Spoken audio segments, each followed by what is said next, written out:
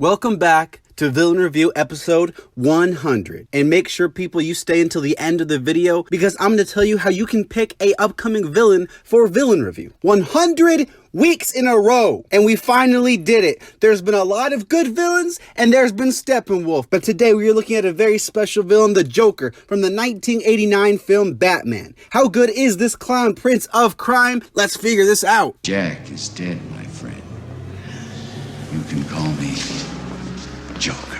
You know, a lot of the time in media, the Joker is kind of like season 8 of Game of Thrones because we have zero clue what's going on. While most interpretations of the Joker are mysterious and vague, with this movie we actually get somewhat of an origin. As everyone knows, like, come on guys, Gotham City has more mob bosses than God of War has troll bosses. And one of the mob bosses running around stealing weenies is Carl Grissom. That's how I'm saying it, at least. And his second in command, Jack Napier. Jack Napier, he's like the crazy one in the group. You know, we all got that crazy guy in the group. In this one, it's Jack. He's so crazy. In fact, he could fit into that movie with Danny DeVito, that one movie, it's off the tip of my tongue, I forget. Unfortunately for Carl, Jack decides to woohoo with Carl's mistress, resulting in Carl sending Jack on a secret mission to Ace Chemicals where he's really hoping Jack's gonna go black. Like die, because you know when you die you can't see anything that's black. Getting into an altercation with both the police, and the Batman, big Jack ends up falling into a bunch of chemicals, resulting in his skin turning even more privileged and his hair cosplaying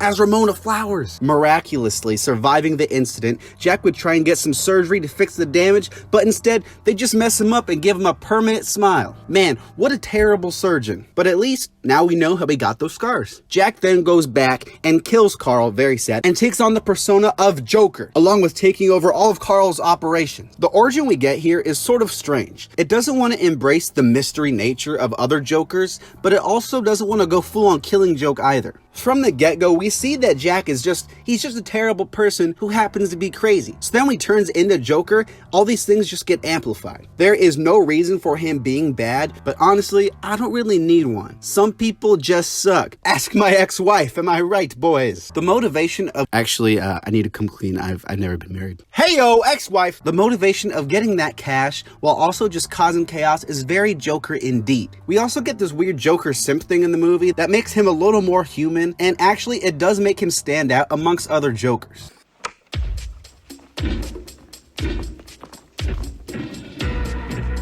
Back in the 60s, see? The Joker wasn't that dark. I don't know why I'm saying that. I don't think they talk like that in the 60s. The Joker wasn't the dark maniac who we all know and love. He was the guy challenging Batman to surfing competitions on the beach. When it came time to cast the Joker for Tim Burton's film, a big priority for them was finding someone who could make the character scary. This resulted in them turning to Jack Nicholson, a very respectable actor who did just what they hired him to do, make the Joker scarier than my ex-wife. Heyo, I've totally been married, totally divorced, ex-wife, heyo. I give credit to everyone involved in the production, but Jack Nicholson especially really is responsible for making this character as good as he is. The Joker in this film, I think, is one of the scariest versions we've seen to date, as he's the only one who's like killing crowds of people in cold blood. Yes, in The Dark Knight, the Joker does some bad stuff, but when I was a kid, I was terrified of this all like laughing gas stuff. The fact that he kills so effortlessly and without thought shows just how messed up this guy is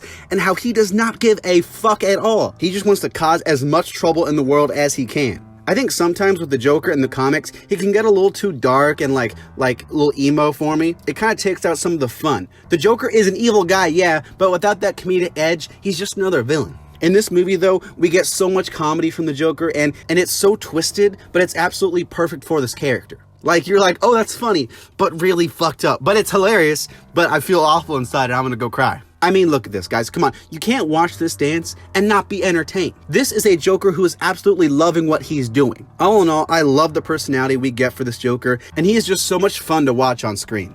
Without you, I just wouldn't want to go on.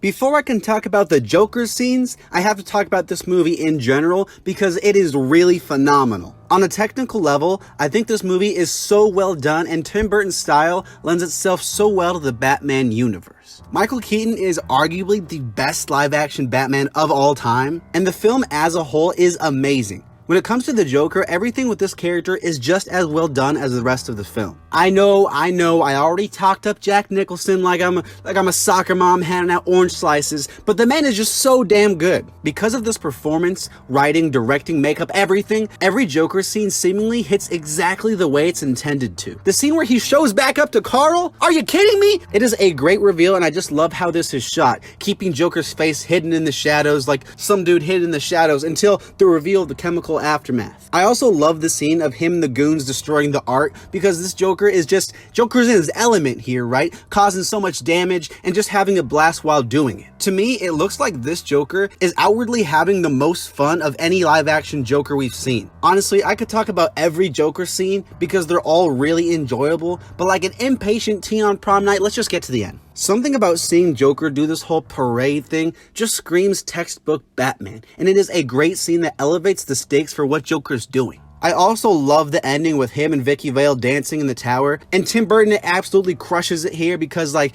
Batman's fighting his way up and then Joker's like dancing, and I love just both these scenes going back and forth. It is phenomenal. I feel like scenes like this really inspire a lot of the Batman we get today. You really have to respect that. All in all, Joker does a fantastic job of making every scene count because he is the most entertaining character we get in this film. He serves as the perfect contrast to the more serious Batman, and every scene he's in, it's freaking great. I always ask that of all my prey.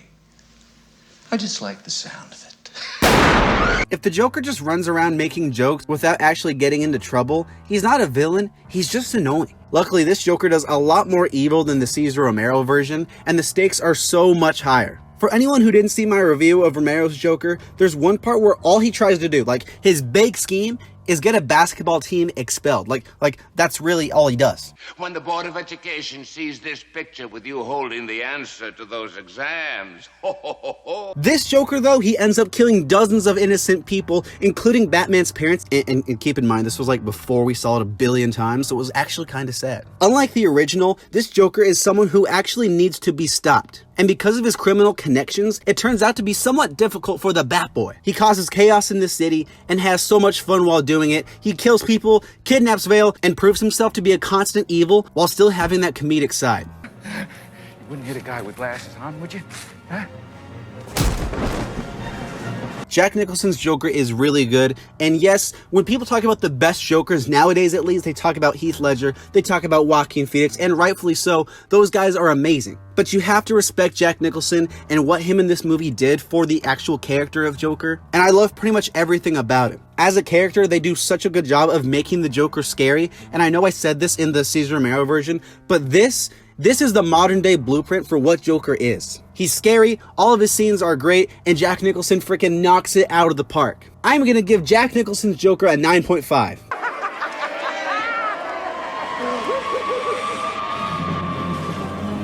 Thank you so much for watching. Villain Review 100, thank you guys so much for watching. You guys are the best. There's gonna be a lot more. 3,000 and something subs. Can't wait to see it grow. And what I'm gonna do just to say thank you for everyone watching and for me getting to Villain Review 100. Out of all the 100 reviews, including this one you just watched, hopefully you're still at the end, go ahead and tell me down below who your favorite villain was and why. Give me a reason, and then at the bottom, put who you would want me to review. And I'm gonna pick 3 that I like the most, and I'll do those ones some point in the next month or so. Thank you so much for watching. Can't wait to review some more villains. I love villains. Thank you guys for watching. You guys are the best. Peace out. Have a good day. Talk to you later. Bye.